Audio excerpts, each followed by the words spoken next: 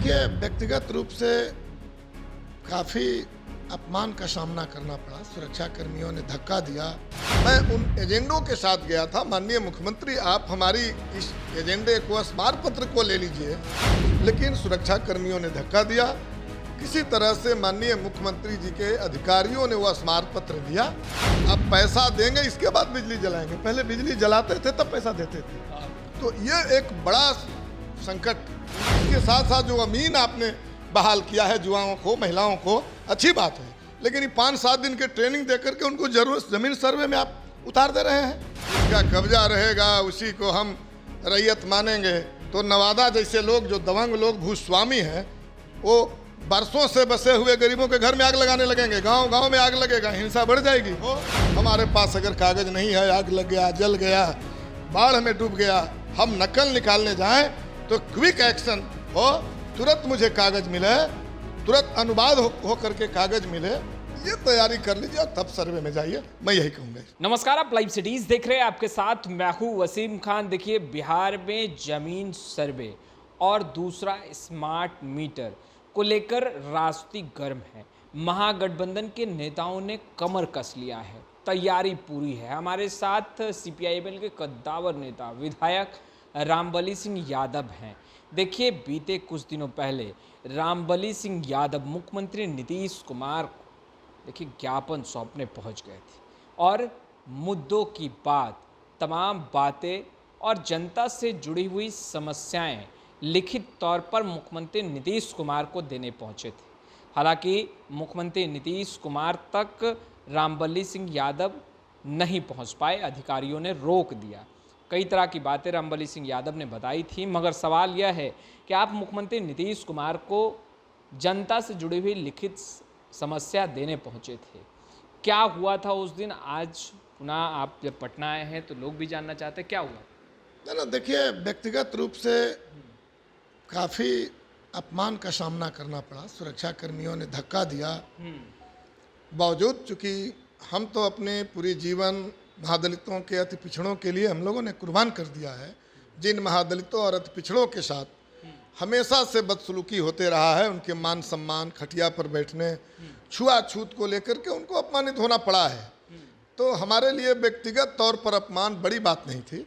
बड़ी बात थी कि जो महान जनता, अति पिछड़े के लोग, दलित के लोग जो जलालत झेल रहे हैं, मैं उन एजेंडों के साथ गया था। माननीय मुख्यमंत्री, आप हमारी इस एजेंडे को, स्मारक पत्र को ले लीजिए, इसको हल कर दीजिए और हमको व्यक्तिगत तौर पर जितना अपमानित करना है आप अपमानित कीजिए, कोई दिक्कत नहीं है। लेकिन सुरक्षा कर्मियों ने धक्का दिया। किसी तरह से माननीय मुख्यमंत्री जी के अधिकारियों ने वह स्मारक पत्र लिया। तो चलिए, माननीय मुख्यमंत्री के पास तक स्मारक पत्र हम पहुँचाने में अपनी सम्मान की चिंता किए बगैर हम सफल हुए। और वो मांग पत्र में जो प्रमुख सवाल थे, जो सवाल आपने उठाया, जमीन सर्वे का सवाल और स्मार्ट मीटर का सवाल, हम माननीय मुख्यमंत्री जी से स्मारक पत्र के माध्यम से कहने गए थे कि माननीय मुख्यमंत्री जी, आपने मिट्टी तेल जो मिलता था गरीबों को, उसको आपने बंद कर दिया। अब नल जल योजना भी है, एक तो आपकी चालू नहीं है, और जहाँ कहीं चालू भी है तो बिजली पर आधारित है। दूसरी चीज़ है कि गरीब, जब प्रीपेड मीटर नहीं था तो गरीब अभाव के दिनों में वो बिजली बिल नहीं देते थे। 1 महीना 2 महीना के बाद सब जोड़ जाड़ करके वो दे देते थे। अब तो जब आप प्रीपेड मीटर आप लगा देंगे तो उनके खाने के लिए रहे ना रहे, कर्जा लेना पड़े, जहाँ से भी लेना पड़े, उनको तो बिल देना पड़ेगा। अब पैसा देंगे, इसके बाद बिजली जलाएंगे। पहले बिजली जलाते थे, तब पैसा देते थे। तो ये एक बड़ा संकट उनके सामने आप खड़ा कर रहे हैं। इसके साथ साथ बिजली बिल में जो फर्जीवाड़ा होता है, बढ़ा करके जो बिजली बिल आता है, फर्जीवाड़ा होता है। बिल्कुल होता है फर्जीवाड़ा। कई केस खत्म करने के लिए तो हम कह रहे हैं कि इससे फर्जीवाड़ा बढ़ेगा ना। वो तो जब फर्जीवाड़ा होता है तो उसको लेकर के लोग अपने कार्यालय में पहुंच जाता है, बिजली विभाग के दबाव बनाते हैं कि इसको ठीक कीजिए, ज़्यादा बिल आपने भेज दिया है, इतना बिल, इतना हम बिजली नहीं जलाए हैं। और बहुत सारे मामलों में पदाधिकारी जो है फिर से उसको शुद्ध करके, ठीक करके, कम करके उनके पहुंचाते हैं। लेकिन स्मार्ट मीटर में तो पता ही नहीं चलेगा कि हमारा जितना पैसा लगा था सच में उसका हमने उपयोग किया है कि बिना उपयोग किए ही वो पैसा खत्म कर दिया गया, जैसे पहले मोबाइल में होता था। तो इस तरह से बड़े संकट का सामना करना पड़ेगा। आप प्लीज स्मार्ट मीटर न लगाइए, आप गरीबों के मजबूरी को समझिए। अभाव के दिनों में वो बिना पैसा दिए भी बिजली जला सके और बाद में बिजली बिल दे दे, ऐसी व्यवस्था आप करें। तो एक एजेंडा हम ये लेकर गए थे।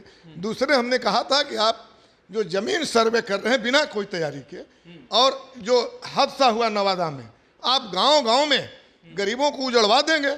एक तो सरकार की पॉलिसी है, मैं नहीं मानता, हम भी सर्वे के पक्ष में हैं। हम चाहते हैं कि जो हिंसा हो जाती है, अधिकांश हिंसा, अधिकांश मुकदमे जमीन से जुड़े हुए होते हैं। तो अगर सही में ठीक ठाक से जमीन की कागज वगैरह ठीक हो जाए तो ये हिंसा पर रोक लगेगी। लेकिन ये उद्देश्य तो उनकी है नहीं। ये उद्देश्य अगर होती तो तैयारी करके सर्वे में जाते। अभी भी हम कह रहे हैं कि आपने 3 महीना के लिए रोका है। आप 3 महीना लगे, 3 साल लगे, आप पहले पूरी तैयारी कर ले तब सर्वे में जाइए। आपके पास कोई कागज नहीं है, हम कह रहे हैं भाई मेरे पास कागज नहीं है। पहली बात तो है कि आपने कागज दिया है। हम मांगते रहे हैं, गरीब गुरबा लोग गरमजरुआ जमीन पर बसे हुए हैं बरसों से, सैकड़ों बरस से। कागज मांग रहा है, पर्चा दे दीजिए, आपने दिया नहीं अभी तक। जो कागज जिसको जहां दिए हैं कब्जा नहीं आपने दिलाया। आप आहर पैन पोखर के जमीन पर बसे हुए गरीबों को कह रहे हैं कि भाई आहर पैन पोखर जल स्रोत है, इसको आप खाली कीजिए।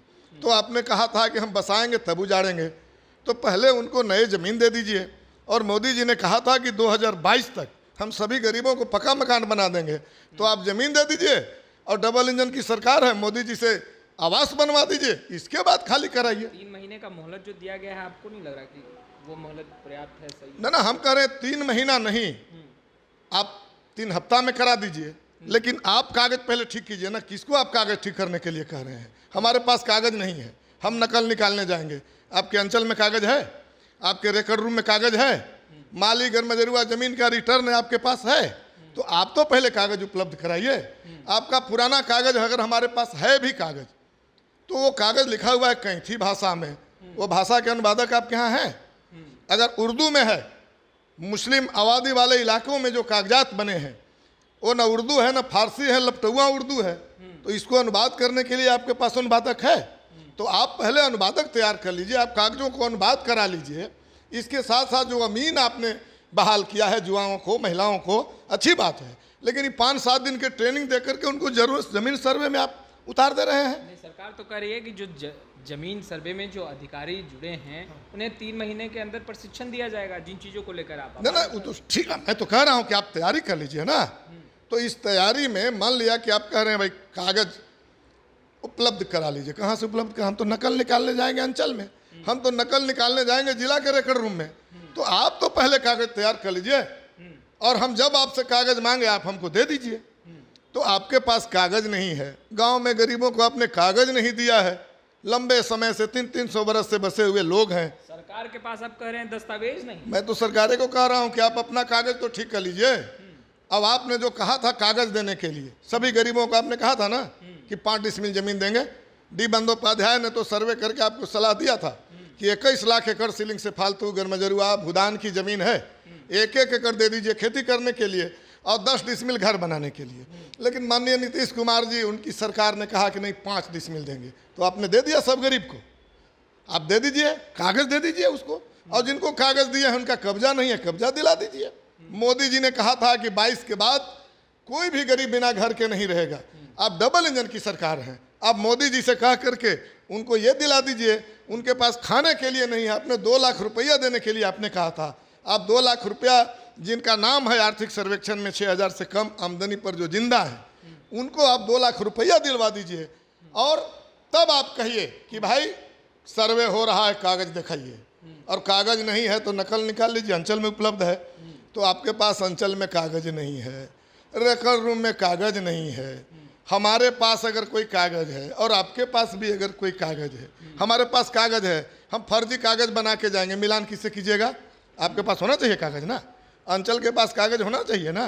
कागज है, लिखा हुआ है कैथी भाषा में, लपटुआ उर्दू में, तो अनुवादक होना चाहिए ना। हम अनुवाद करा के ले जाएंगे, आप विश्वास कीजिएगा। और मंत्री दिलीप जायसवाल लगातार तमाम बिहार के सीओ के साथ बैठक कर रहे हैं। आपको नहीं लग रहा कि सही निर्णय जो है वो लिए जाएंगे अब, क्योंकि तमाम सीईओ के साथ विचार ना विमर्श। ना, मैं ये कहाँ कह रहा हूँ कि सही निर्णय नहीं लिए जाएंगे। सही निर्णय अगर हो तो सर्वे का स्वागत है, लेकिन इनका निर्णय अगर भूमाफियाओं को बढ़ावा देने के लिए है कि भाई जिसका ज़मीन पर कब्जा रहेगा कागज नहीं रहेगा, जिसका कब्जा रहेगा उसी को हम रैयत मानेंगे, तो नवादा जैसे लोग जो दबंग लोग भूस्वामी हैं वो बरसों से बसे हुए गरीबों के घर में आग लगाने लगेंगे, गांव गांव में आग लगेगा, हिंसा बढ़ जाएगी। अच्छा, बिल्कुल, इसलिए कि उन गरीबों के पास कागज है नहीं तो मांग रहे हैं लंबे समय से कागज। तो मैं कह रहा हूं कि पहली सरकार कागज दुरुस्त कर ले, जो जहां बसे हुए गरीब हैं उनको कागज दे दे, जहां कागज दिए हैं कब्जा करा दे। अगर गलत जगह पर बस गए हैं तो सही जगह पर जमीन दे करके घर बना करके आप बसा दें। जो कागज उनके पास नहीं है, कहीं बाढ़ आ गया, उत्तर बिहार में सब कागज डूब गया है, वो नकल निकालने जाएगा आपके यहाँ, तो आपके यहाँ तो कागज होना चाहिए ना। और कागज अगर लिखा हुआ है कैथी भाषा में तो आपको अनुवादक होना चाहिए ना, नहीं तो हम कहीं से अनुवाद करा के ले आएंगे, आप मानेंगे ही नहीं।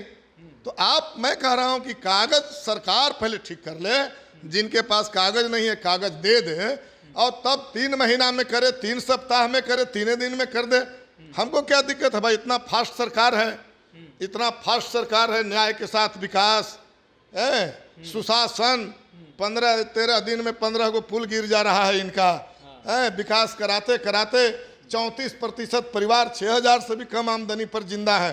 बहुत बड़ा न्याय कर रही है सरकार। तो हमको तो मालूम ही है कि इतना फास्ट सरकार है कि 3 दिन में भी सर्वे करा लेगी। लेकिन आप सर्वे कराइए, और जो उद्देश्य आपका है कि हिंसा ना होगा, अब रुक जाएगा, तो हम तो देख रहे हैं पूत के पांव पालने में ही देख लिया हमने। आपने सर्वे शुरू किया और नालंदा में गरीबों को घर जलवा दिया आपने। तो हम कह रहे हैं कि सर्वे बिल्कुल करिए, लेकिन आप पूरी तैयारी के साथ करिए। आपके दफ्तर में कागज की कमी ना हो।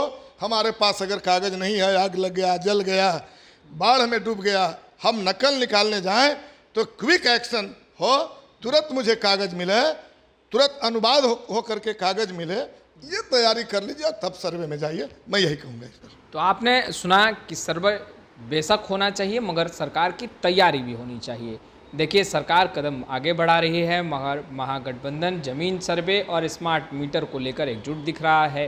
खैर, फिलहाल इस वीडियो में इतना ही। आपका बहुत बहुत शुक्रिया।